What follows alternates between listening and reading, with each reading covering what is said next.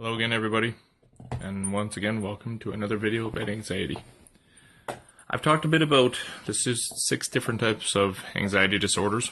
I've mentioned one already on this channel, and I want to talk about the second one. Now, the second one, for me, hit home the most, and I've said this in previous videos, but I deal mostly with panic disorder. If I had to say I had symptoms, I say I'd have symptoms in 4 of the 6 that are listed in this book. But the reality is panic is probably one of the higher ones that I deal with. Now, I've also said in a previous video too that it's like this guy followed me around and wrote a book about what I'm going through. So I wanted to make a video strictly about panic attacks. In the video I just made, and I'm posting pretty much here right away, I talk about how I actually just went through a panic attack. I just dealt with anxiety myself, and I survived, basically. But I talk about the feelings that I went through and how I really couldn't control my thoughts, and it's amazing what they made up. So, when I went through this book, and again, the book is Anxiety Free, by Dr. Robert L. Leahy, PhD. It actually breaks down the different behaviors of how panic disorder is developed. Now, I'm going to read a lot from this book because I don't want to miss anything.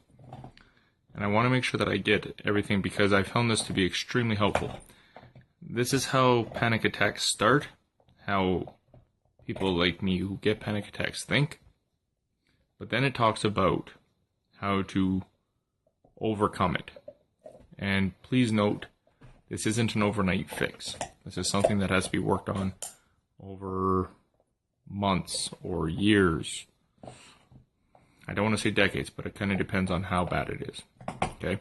So the first one is you notice something isn't normal. Something isn't right. You feel dizzy, breathing, shaking, nausea, tingling, rapid heart rate due to stress. And then from there, that's your trigger. Then you think something's happening. You're going to die, you're going crazy, you're going to lose control. Yeah. Then you're very alert to any other sensations going on in your body. For me, my trigger is my stomach. As soon as something tweaks in my stomach, that's when I get panicking. That is my trigger, and I know that. I challenge you to understand and find what your trigger is. It's huge to understand what your body goes through. From there, your symptoms or your whatever doesn't feel normal increases because you're very alert and very aware of what's going on with your body at this point. Then the false alarms increase as well. I really am losing control. I'm really going crazy. I'm really gonna die, right? Whatever the scenario is. And it could be a number of scenarios. There's not one scenario in this topic. Excuse me. And then panic sets in. Panic's been building, but this is where it really hits. And it's a matter of, oh my God, what am I going to do? I don't want to die, right? Because that's what your brain's going through. And because, unless this is your first time, you have anticipated this kind of anxiety before. And this is where, and I did this yesterday, this is where you try and fight it. Tooth and nail. Didn't want to deal with it. Didn't want to go through it. Fight with it tooth and nail. Then you rely on your safety behaviors. Now, safety behaviors could be a number of different things. And I had a number of safety behaviors going through my mind yesterday when I went through this panic attack. The first one was, maybe I should have somebody come with me to the dentist. Just in case. You know, what if? What if I can't drive to work? What if I pass out? What if? Right? It's a safety behavior. Another one it refers to here is seeking reassurance. I did that all day yesterday. All day. Oh, hey, I'm going to go get my tooth frozen, or my mouth frozen, and hey, they're going to drill into my tooth. What do you think about this? Right? Just, am I going crazy? You're asking for reassurance. Man, right on the head. Then you try to impact or decrease the impact of the stimulus or the thought, the panic, the feelings. You try to decrease it right then and there. And then you try and really get rid of the anxiety. Really try and flush it out. That's usually when it gets worse. Then you have these safety thoughts. And usually it's a way of trying not to increase the panic feeling. Because trust me, it's bad enough. You don't want to make it any worse. And a lot of this includes trying to avoid or escape the situation because you know that from there, there's a potential it could get worse. Now, that's basically what a panic attack looks like, if you can imagine it. There is a way, to overcome and manage this. And here it is. Step number 1, identify your fears. Vague. Cool. Because once you know what your fears are, then you know what to work with, what you're working on. Vague.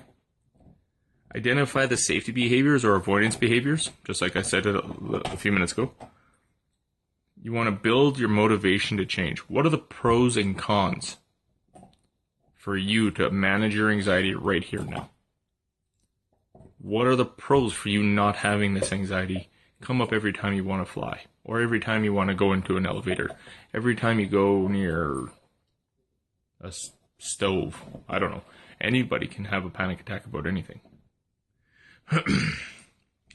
I've talked a little bit about a fear hierarchy before, but basically what this is you create a list of every single step